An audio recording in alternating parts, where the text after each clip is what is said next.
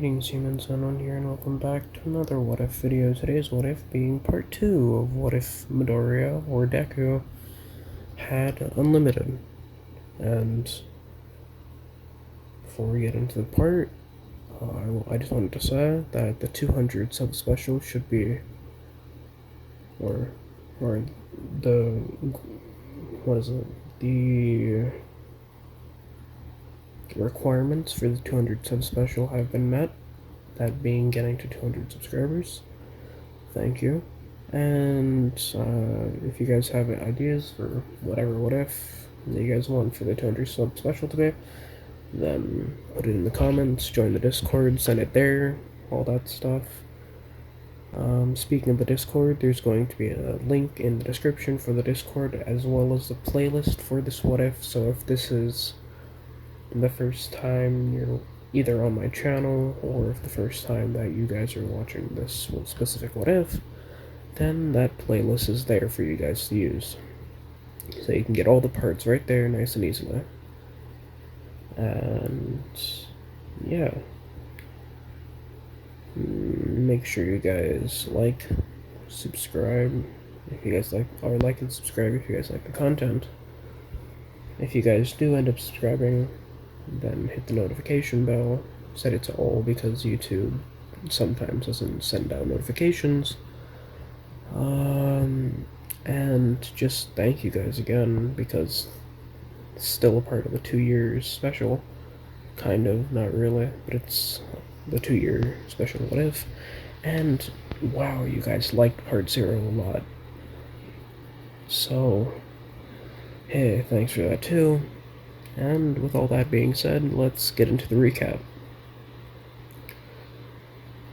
In the last part, we had Midoriya going and doing more vigilante work, eventually saving a group of middle schoolers, and beating up more and more crooked villains, gaining a name for himself, that being Deku.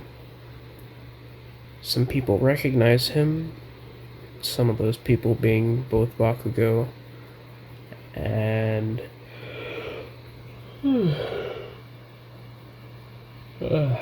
sorry about that. Both those people being Bakugo and I think Setsuna, I said. So yeah, that being said, let's get back into the what if. Midoriya walks into UA having slightly blue-green hair, same with the contacts that he's wearing in his eyes, and makeup covering all the scars that he had, gained over being a vigilante. And as Midoriya walks in, he notices that someone next to him is about to trip, instinctively catching them by their bag. That person immediately straightens himself and begins blushing, obviously nervous, apologizing that they had fallen.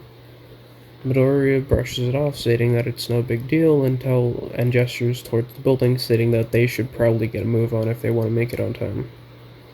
The girl agrees and immediately runs off, flustered. Midoriya thinks this is a weird, situation that he had put himself in, and walks through as well. Getting to the registration area, Midoriya states that his name is Kazuya Yoru, and that he wanted to apply into UA.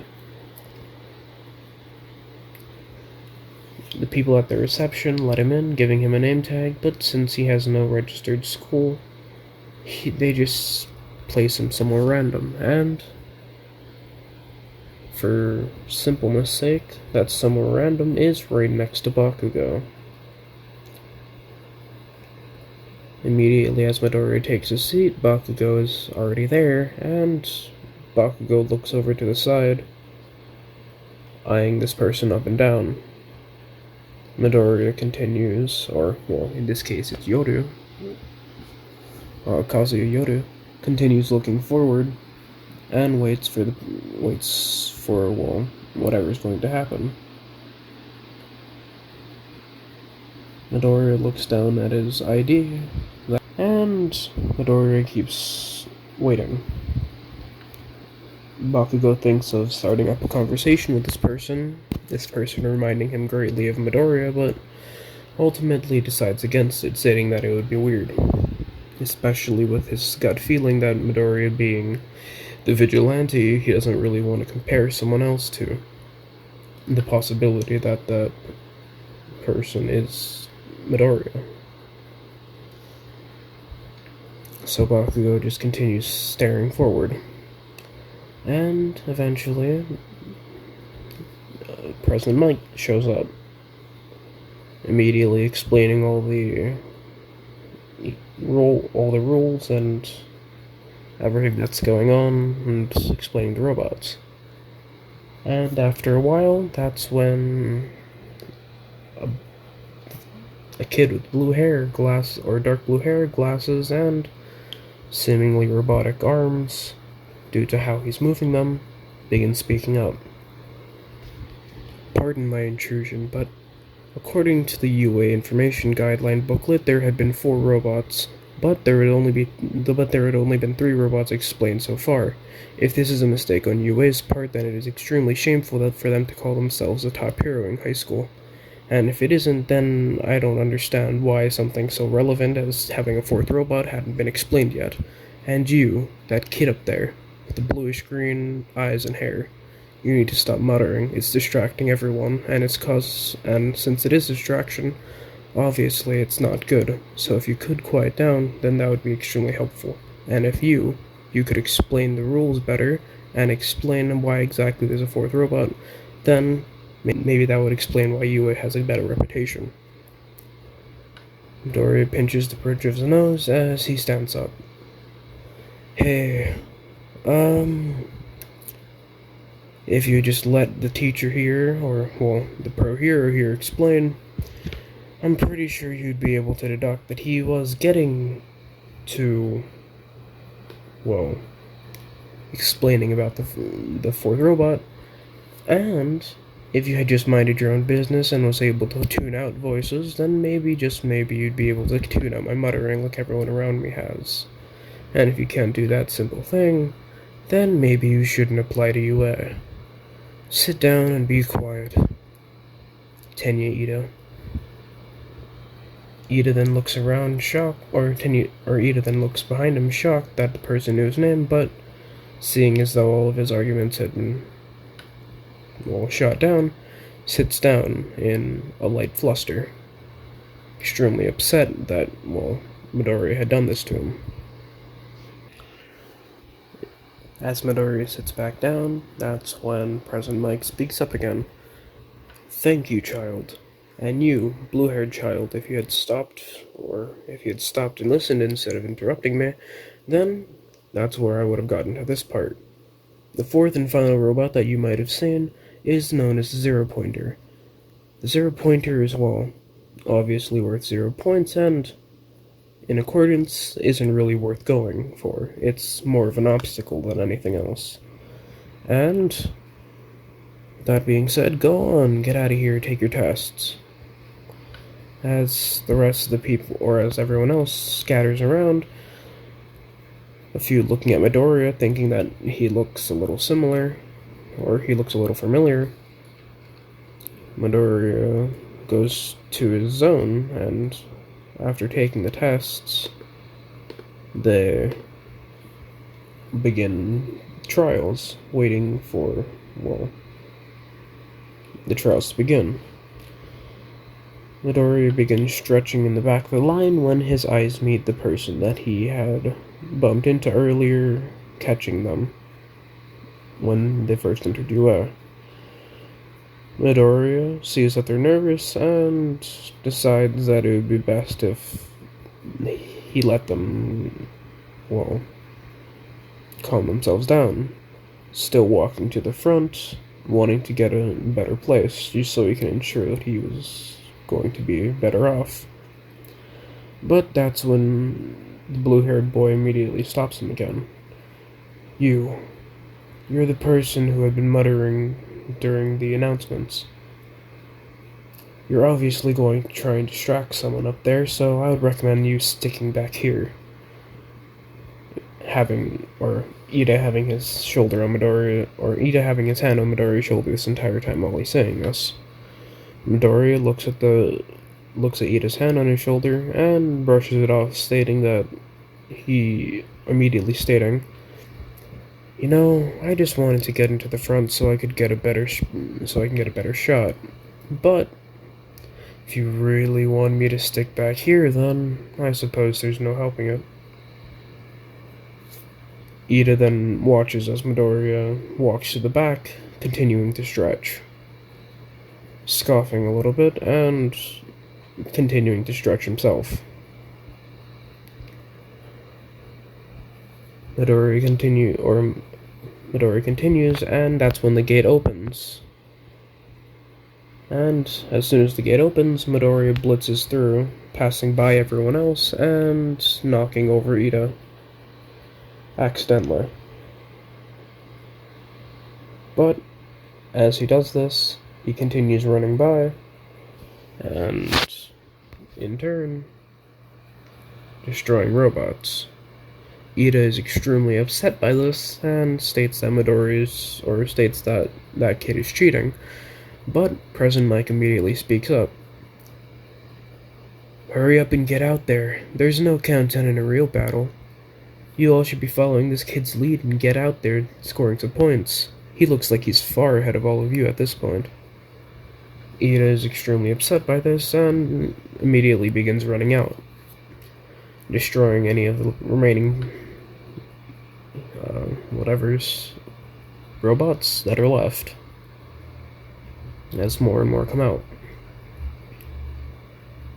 After a while of scoring points, Midoriya thinks that what he's done is, well, enough. And just to conceal Midoriya's identity, he doesn't use any of his quirks. He only uses his natural strength and speed, along with his, boosted physical speed, jump strength, and, physical strength. Just writing down that he had an enhancement quirk that allows his physical attributes to be enhanced greatly. Not making sure not to use his wind pressure or his explosions.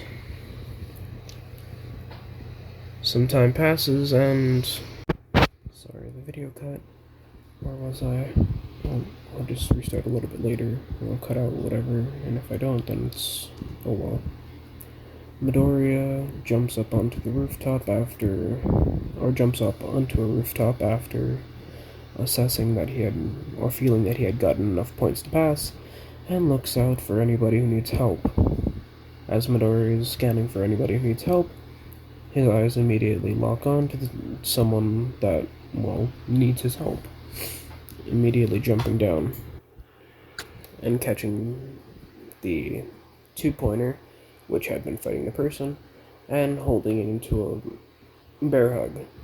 The person who is about to get hit by it is extremely confused, seeing as though, they hadn't gotten hit, and looks back at where Midoriya is, and then looks back at where the two-pointer is.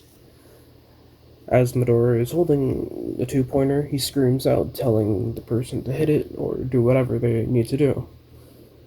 Them, using their quirk and destroying the two-pointer. They thank Midoriya as he states that it's no problem, waves off, and jumps to the building again, scouting for more people. Midoriya continues to help people around, and after a while, that's when the zero-pointer is released. Midoriya sees everyone running away from it, and deems that it's probably the wisest idea to run too, seeing as though there's no real point to destroying the zero-pointer. But that's when Midoriya hears a scream for help. Midoriya looks back at who's screaming and notices that it's the person who he had saved from tripping back in the entrance exam. Or back in the beginning of the entrance exam, when they had walked into the school. Midoriya, without a moment of hesitation, immediately runs over lifting up some of the rubble, pulling the person who had gotten trapped out from under it. Midoriya asks if they're okay, and they state that they are, but they can't move their leg considering that it had just gotten crushed and it seems spurned. Midoriya nods, picking them up, and he runs over to a nearby area, bringing them over to a side of the building that Midori had deemed safe. And that's exactly when Midoriya, asking if they're okay, the person nods, and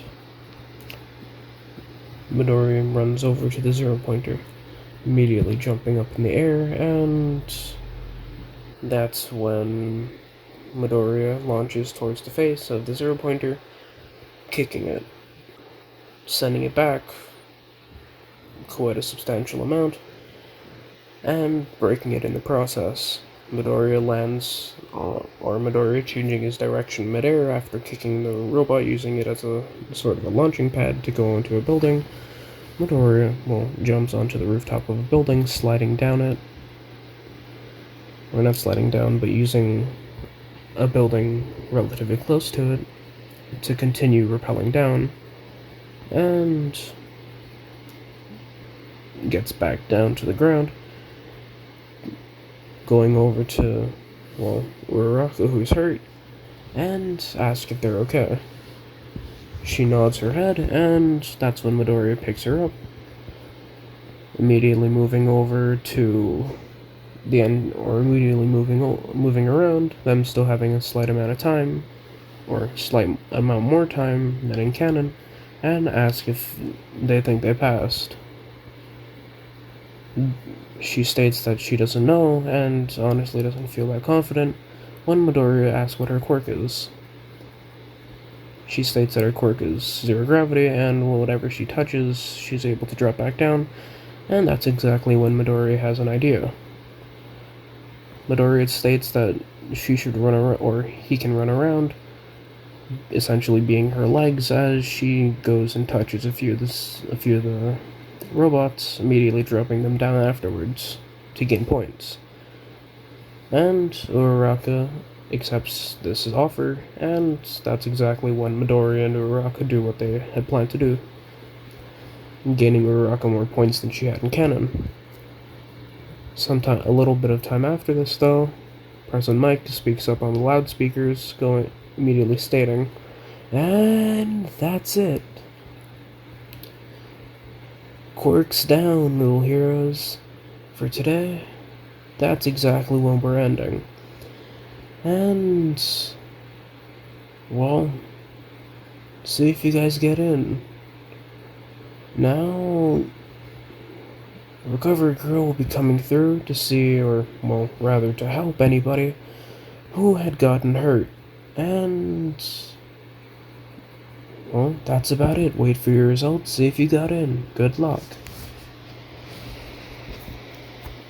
Midoriya walks over to where Recovery Girl is and immediately states that Uraraka needs healing, and, she gets healed.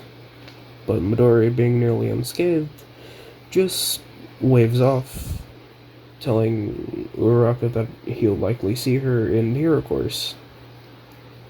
Uraraka agrees, and that's when Midoriya leaves.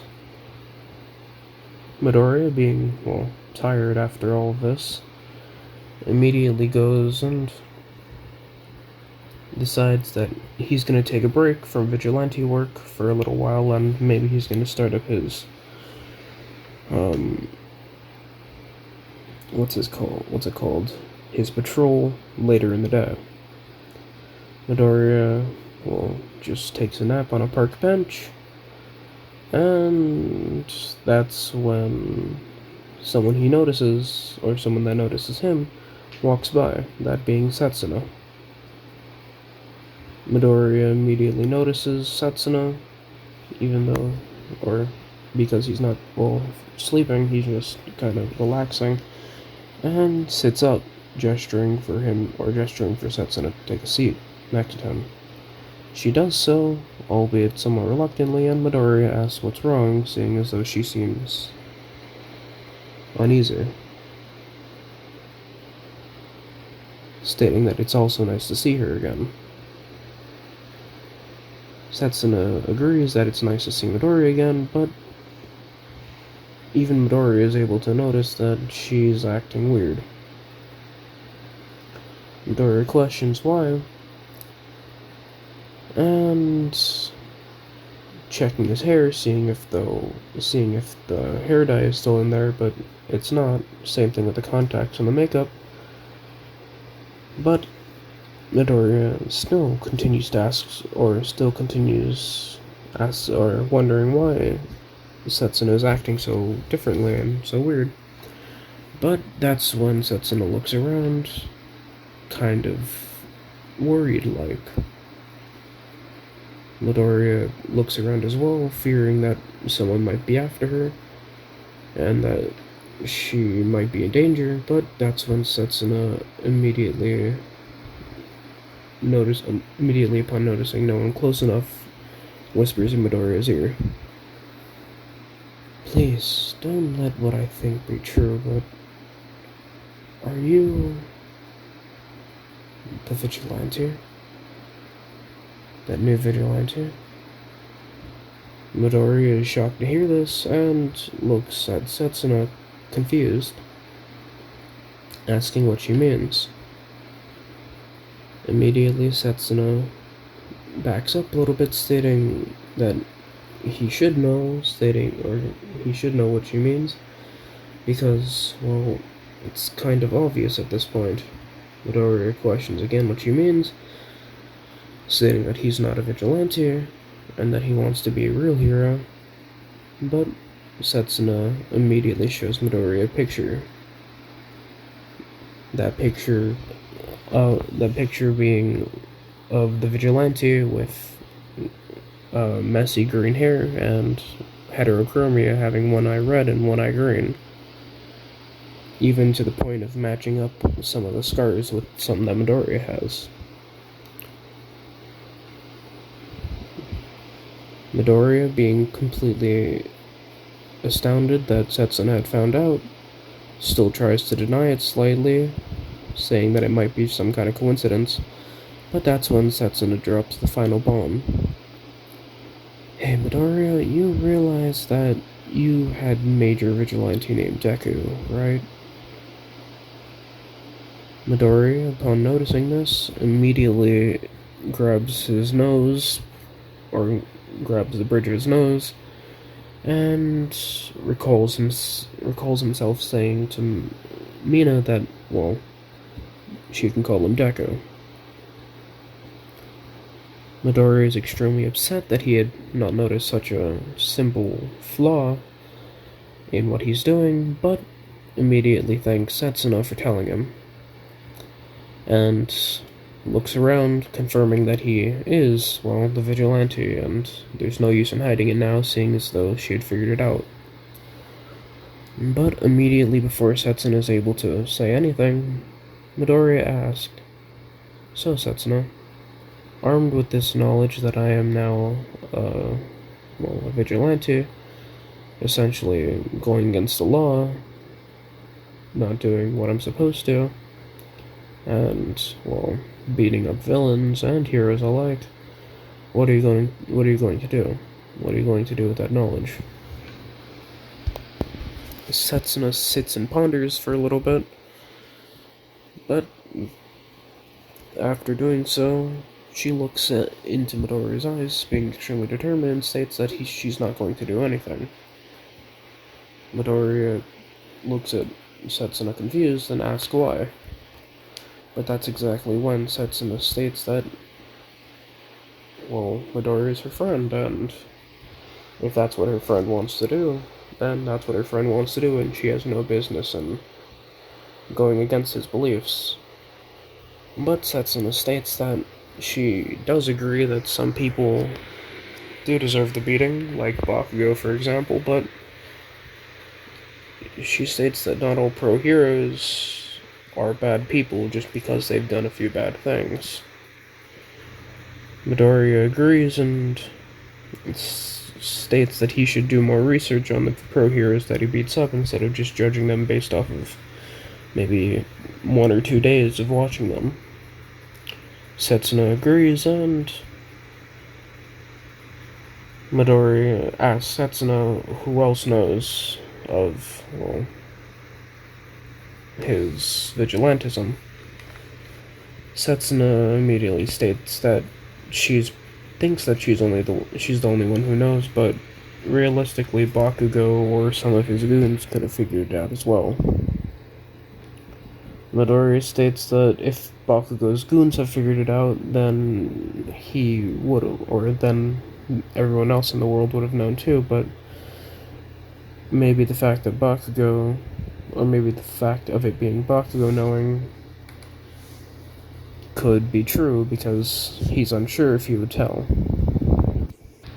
And that's when we cut over to Bakugo, also looking through more and more images of the vigilante, and he figures out that the vigilante is in fact Midoriya, seeing the heterochromia and a ton of other things, especially seeing one of the burn wounds that he had inflicted on Midoriya when Midoriya had first awoken the quirk of, well, explosions. Seeing the burn wounds on the arm that he had hit, in the exact places that he had hit, along with the heterochromia and the green hair, along with the fact that his name's Deku. But Bakugo decides not to do anything, and just lives with this knowledge. Midori and Setsuna continue talking, on the other hand, and after some time, Setsuna states that she would join Midoriya, but, doesn't really like the idea of being a vigilante and beating up both bad guys and heroes, albeit them doing negative things. And Midoriya states that it's only natural for someone to not want to do that kind of stuff, and states that it's okay.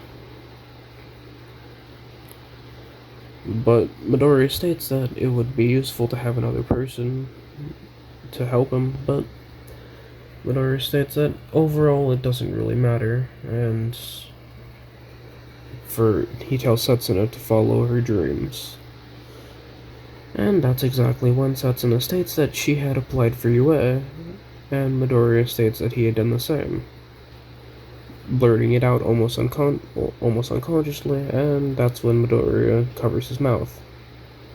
Setsuna looks over to Midoriya, questioning what he said, and Midoriya states that he hadn't said anything. Though Setsuna obviously knows that Midoriya said that he applied for UA as well. Setsuna states that it's reckless for Midoriya to apply to UA, especially since he's a vigilante, because, well, if one person figures out his identity that isn't, well, Bakugo or Setsuna herself, then Midoriya's identity of being the vigilante boy, aka Deku, is going to get out, and that's exactly when everyone at the school would know. But Midoriya states that they wouldn't know because he went under an alias, a fake name, and a fake identity. Setsuna looks at Midoriya dumbfounded, questioning why exactly Midoriya goes through all the trouble instead of just not being a vigilante, and that's when Midoriya states and speaks up that, well, he needs to fix the hero society at its bud, and he can't wait until he becomes a pro hero to do so, and that he needs to do everything he can now so he can shape the world into a better one as quickly as physically possible, because the hero society and everyone else in it gets worse and worse every single day. Setsuna somewhat agrees with Midoriya's views, but not having seen everything personally or up close, still holds light disagreement, stating that heroes are good people. But that's when Midoriya slides up his mask, throwing over his hood, and asks Setsuna if she has anything to do today. Setsuna states that since she had just finished the UA entrance exams, that she doesn't really have anything and is mostly free. And that's when Midoriya puts on or continues adjusting his gear and asks Setsuna if he wants to join her, if he wants to join him on the patrol or on his patrol. Setsuna reluctantly agrees, seeing as though Midoriya wants her to join to see everything. And that's when Midoriya goes and jumps off onto a building with Setsuna. Midoriya pulls out an extra hoodie from his bag, along with a full face covering, the one that he had bought recently, a full face covering, and, well, decides that it would be the best if he had used a new face covering instead of the traditional little mask that he had before, because, well, he doesn't want people to figure out his identity. So Midori had bought a full mask, but decides to give it to Setsuna for now, for the time being, so that her identity gets, well, sealed while Midoriya's stays what it had normally been, giving her a hoodie as well so she can fully conceal her identity. A little bit of time passes, and Midoriya spots, well, a villain stealing a woman's purse. Setsuna points it out, and Midoriya questions how she saw it so quickly. And that's when Setsuna gestures upwards, immediately pointing to an eyeball that she had flung up there, or had made float up there. And Midoriya states that her abilities would be extremely useful, especially for reconnaissance or surveillance, and that he thanks her, immediately running off in the direction that she had stated the villain went, immediately incapacitating the villain and leaving him tied up. Midoriya walks over to the person who had gotten their wallet stolen and gives it back. The person thanks Midoriya, and Midoriya states that it's no big deal, and that's just what he does, immediately jumping off back to where Setsuna is. Setsuna tells Midoriya that, or Setsuna asks if Midoriya does this all day, and Midoriya nods, stating that since he has photographic memory, he doesn't really need to spend too much time while studying, and since he trains by beating up villains, he doesn't really need to commit much time to training too, so the only real breaks he has are when he's eating or taking naps / sleeping, or, well, in school, but he hadn't been in school for quite some time. Setsuna is astonished by this, that Midoriya lives in such a way, and they continue this patrol for the rest of the night until Setsuna needs to go, Midoriya dropping her off, making sure that she gets home safely. Immediately waving by and continue his patrol. As Setsuna walks into her house, she states, or, well, she feels that what Midoriya is doing is extremely admirable and begins genuinely questioning if she wants to join him or not. Some time passes as Midoriya is continuously doing his vigilante work, and that's when he receives a letter at the orphanage. That being Yue's acceptance letter. But it's not addressed to Midoriya, it's addressed to Kazuya Yoru, which none of the orphanage people know, on the account that that person, well, isn't necessarily real, but kind of Midoriya's alias, and Midoriya asks if that's his letter, immediately asking if it's addressed to Kazuya Yoru. The orphanage workers agree that it is, and Midoriya asks for the letter, stating that that's his. The orphanage workers don't exactly know what Midoriya means, and states that it's not his name on the letter, but Midoriya insists that that's his, immediately stating that that's his UA acceptance letter and that he had just went in with a different name.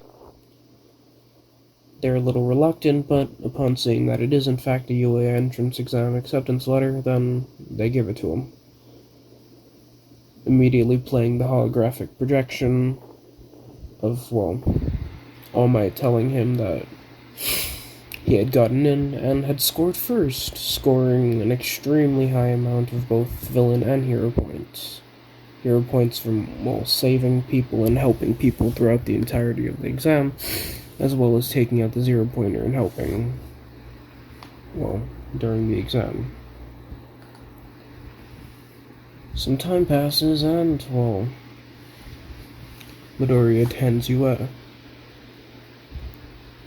Immediately using his hair dye, contacts, and makeup, Midoriya walks into the class, sitting down, being far earlier than everyone else, seeing that Midoriya, well, doesn't want to miss his first day of class and wants to make a good impression on his teacher. As Midoriya sits down, that's when some more people begin to trickle in. One, a girl with large ponytail and black hair. Next is a kid with something similar to him, heterochromia, one eye being gray and the other being blue, along with a split hair, or bicolored hair, one side being yellow, or not yellow, one side being white and one side being red. One of them, the girl with the ponytail, wearing an extremely, well, nervous look, and the boy with the heterochromia, like Midoriya, looking extremely, well, emotionless and kind of irritated at everything. And that's when one of Midoriya's bane of existences walks in, that being Tenya Ida. Ida immediately walks in, and upon meeting eyes with Midoriya, is slightly upset, but ultimately walks over to him, bowing, stating that Midoriya, or, well, in this case, it'd be Kazuya, stating that he is a better student. Midoriya himself states that, well, it doesn't matter what Ida thinks, if he's a good student or not, because he hadn't known that hero points were a thing, and had only done it because that's kind of what he does. Ida, being extremely neutral to this, immediately goes and sits down, and that's when everybody else begins to trickle in. Bakugo coming in, immediately eyeing Midoriya, seeing as though he looks familiar, but is going under a different name and hair color and eye color and everything, so he doesn't really pay much mind. He just assumes that it's a kind of a coincidence. Some more people begin to walk in, and that's when a few people walk in that they also look at Midoriya. Those two people being Kirishima and Mina. Kirishima and Mina sit down next to Midoriya, and that's when Mina questions, asking Midoriya if he's the vigilante. Midoriya looks over at Mina, questioning what she means, and Mina apologizes, stating that it was a ridiculous question and that Midoriya looks somewhat like the vigilante or the kid vigilante named Deku, but knowing that the hair color and eye color and scars are off, she apologizes. Midoriya states that it's no problem and that it's an honest mistake, and Kirishima states that he had done the same thing initially. Midoriya chuckles a little bit, stating that he gets that a lot. He's been getting that a lot recently. And Mina, having more experience knowing Vigilante and Midoriya, having actually spoken with him, is a little weirded out, seeing as though Midoriya sounds exactly like the vigilante as well, and still can't shake the feeling that he knows, or that she knows, the vigilante being Midoriya or Yoru in this circumstance. Some more time passes, and that's when someone in a sleeping bag shows up, immediately questioning, or some people in the class quiet down and immediately question who he is, and that's when the entire class quiets down as well. The man suddenly gets out of the sleeping bag and immediately starts speaking. All of you took way too long for a while for that. Or all of you took too long to quiet down, and that simply won't do. My name is Shota Aizawa, and I'm gonna be you guys' homeroom teacher. If you guys came here to make friends and decided to be all buddy-buddy, then I'd recommend getting out of here. The hero course is no place for you. But if you guys really want to get something done, then put on these gym uniforms and meet outside. Midoriya gets up, immediately walking over to the gym uniforms, picking one up, and walks to the locker room without a second thought. But as soon as he leaves the door, that's when a girl walks in. That's when a girl immediately chimes up. Hey, isn't... Or, hey, aren't you supposed to bring us to the orientation? Aizawa then looks at the person. Oh, you. Yeah. Here's the thing. According to UA's less, or due to UA's less strict guidelines on what the teachers have to do and how they can run their classes, I can run my class however I seem fit. And personally, I don't think that using your precious time on assembly is worth it, so we're going to be running a quirk apprehension test instead. And as I was saying this, he walks out immediately to saying that he expects all of them to be outside as well. Some time passes and everyone meets up at the training field where Midoriya and Aizawa already reside.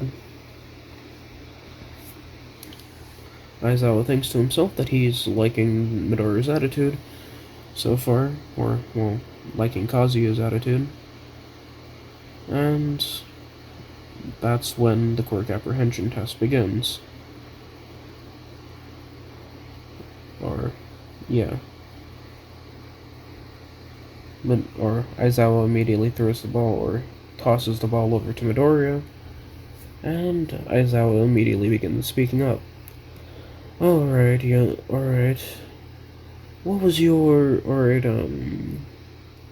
Kazuya, what was your longest distance throw in middle school?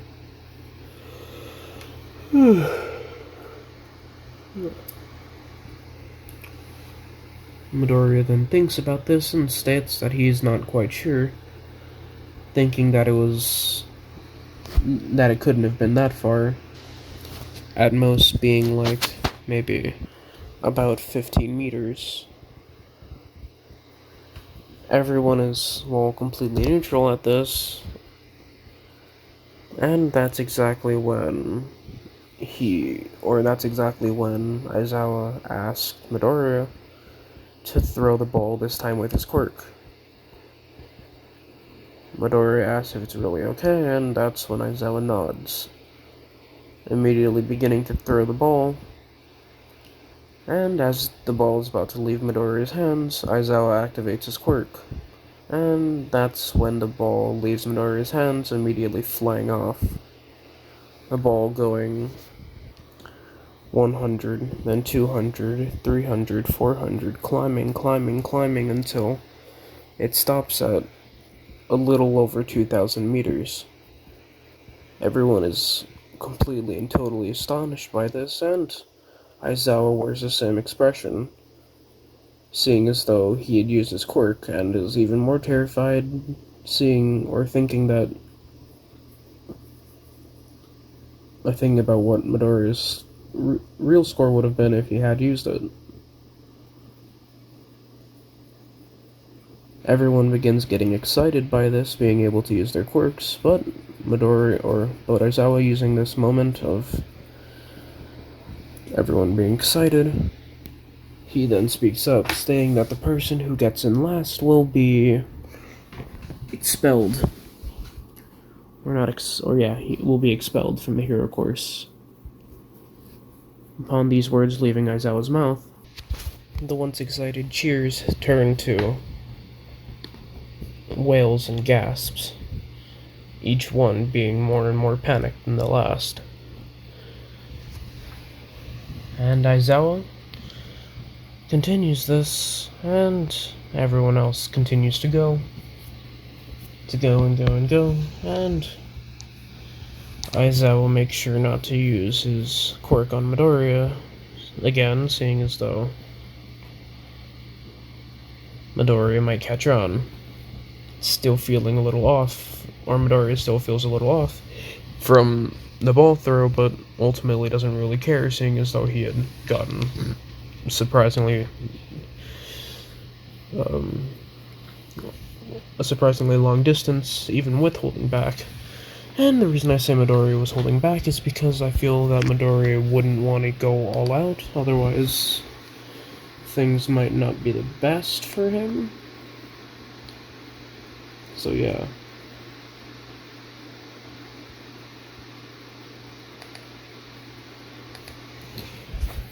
Some time passes, and all the quirk apprehension things are done, and that's exactly when Aizawa shows up the little hologram thing, showing all the people who had gotten their scores.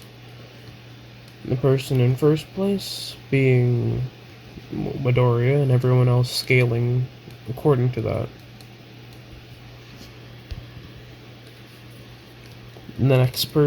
Immediately upon this, the person who becomes in last ends out being the person I say is going to be, in last, is going to end up being Minoru Mineta.